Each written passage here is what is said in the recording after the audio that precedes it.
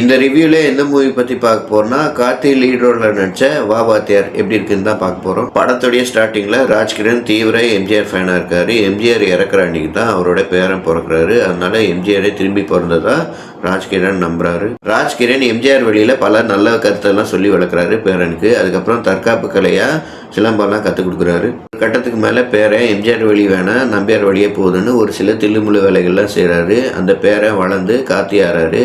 திரும்ப எப்படி எம்ஜிஆர் வழிக்கு வந்தார் அப்படின்னு தான் படத்துடைய மீதி கதை. கார்த்தி ராமேஸ்வரன்ற கேரக்டரில் போலீஸ் இன்ஸ்பெக்டராக வரும்போதும் சரி, எம்ஜிஆர் கெட்டப்பில் வரும்போதும் சரி, பொட்டென்ஷியல் ஆக்டிங் வெளிப்படுத்தி ஆடியன்ஸோட அட்டென்ஷன் பெற வைக்கிறாரு. கிருத்தி ஷெட்டி இந்த படத்தில் ஹீரோயினாக நடிச்சிருக்காங்க. அவங்க கேரக்டரை எஸ்டாப்ளிஷ் பண்ணி காட்டுறாங்க. அவங்க ஆவிகளோட பேசுகிற மாதிரி ஒரு கேரக்டராக காட்டுறாங்க.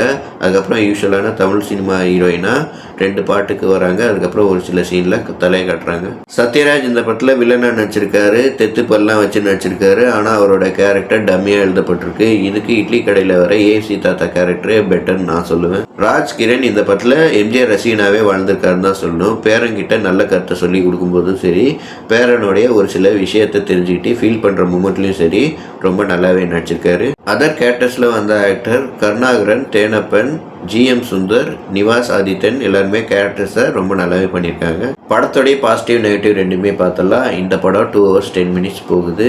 ஷார்ட்டாக இருக்குது அப்படின்னு நினச்சாலுமே செகண்ட் ஹாஃப்லாம் ரொம்பவே பொறுமையாக சோதிக்குது. இன்டர்வல் பிளாக் முன்னாடி எம்ஜிஆர் எப்படி கார்த்திக்குள்ளே போனாருன்னு ஒரு விஷுவலாக காட்டுறாங்க. கண்ணாடிக்குள்ளே இருக்கிற எம்ஜிஆர் கண்ணில் கார்த்தி வராரு. அதுக்கப்புறம் கார்த்தி கண்ணில் எம்ஜிஆர் வராரு.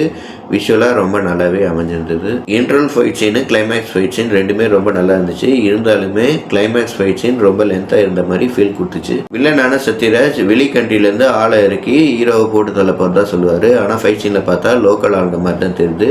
வெளி கண்ட்ரி ஆள் மாதிரியே எதுவும் தெரியல.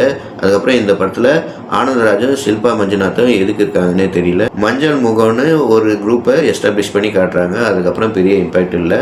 அதுக்கப்புறம் அரசியல்வாதி ஃபோன் பேசுகிற சீக்வன்ஸ் காமெடி சீனாக ரொம்ப நல்லாவே அமைஞ்சிருக்கு. கார்த்தி அவங்க வீட்டு மேல் போர்ஷனில் ஒரு சில நபர்களை சந்திக்கும் போது அவர் இன்ஸ்பெக்டர் கேரக்டர்லையும் எம்ஜிஆர் கேரக்டர்லையும் மாற்றி மாற்றி பேசுவார். அந்த சீன் பார்க்கும்போது அன்னியன் படத்தில் வர சீன் தான் நமக்கு ஞாபகம் வருது. டைரக்டர் நலன் குமாரசாமி சூதுகவும் காதலும் கடந்து போகும்னு ஹிட் படத்தை கொடுத்த பிறகு இந்த படத்தை எடுத்திருக்காரு. எம்ஜிஆர் இப்போ இருக்கிற சொசைட்டியில் வந்தால் தப்பை எப்படி தட்டி கேட்பாருன்ற ஐடியாலாம் ரொம்ப நல்லா இருந்துச்சு. இருந்தாலுமே செகண்ட் ஹாஃபில் ஸ்க்ரீன் பிளே பயங்கர லேகாக இருந்துச்சு. சொதப்பிட்டாங்கன்னு தான் சொல்லணும். இந்த படத்தை பார்க்கும்போது ஒரு சில படத்துடைய ரிசம்பிளன்ஸும் நம்மளுக்கு ஞாபகம் வருது.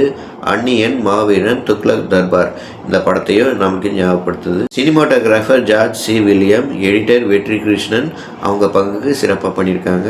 Music director Santhosh Narayanan BGM ரொம்ப நல்லாவே பண்ணியிருக்காரு. பாட்டு உயிர் பற்றிக்காம ராஜாவின் பார்வையிலே ராணியின் பக்கம் அந்த சாங்கும் ரொம்ப நல்லாவே அமைஞ்சிருக்கு. படத்துடைய ப்ளஸ் கார்த்தி மேயழகனுக்கு அப்புறம் இந்த படத்தை நடிச்சிருக்காரு. எம்ஜிஆர் கெட்டப்லாம் போட்டு ரொம்ப நல்லா தான் நடிச்சிருக்காரு. இருந்தாலுமே பெட்டரான ஸ்க்ரீன் பிளே இருந்திருக்கலாம். கார்த்தி நல்ல நல்ல ஹிட் படம்லாம் கொடுத்துருக்காருன்னு நம்ம எல்லாருக்குமே நல்லாவே தெரியும்.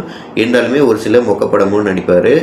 காற்று வெளியிட, தேவ், ஜப்பான் போன்ற படத்தோட இந்த படமும் வந்து சேரும். மொத்தத்தில் இந்த படம் எப்படி இருக்குன்னு கேட்டிங்கன்னா, எந்த ஒரு பர்சனாலிட்டியும் மெயின் கோராக வச்சு படம் எடுத்தாலும் ஸ்க்ரீன் பிளே நல்லா இல்லாட்டி பிலோ ஆவரேஜ் தான் முடியும் அப்படின்னு இந்த படம் ஒரு எக்ஸாம்பிள். இந்த மாதிரி வீடியோ பார்க்கணுன்னா எங்கள் சேனல் லைக் பண்ணுங்கள், ஷேர் பண்ணுங்கள், சப்ஸ்கிரைப் பண்ணுங்கள். தேங்க்யூ.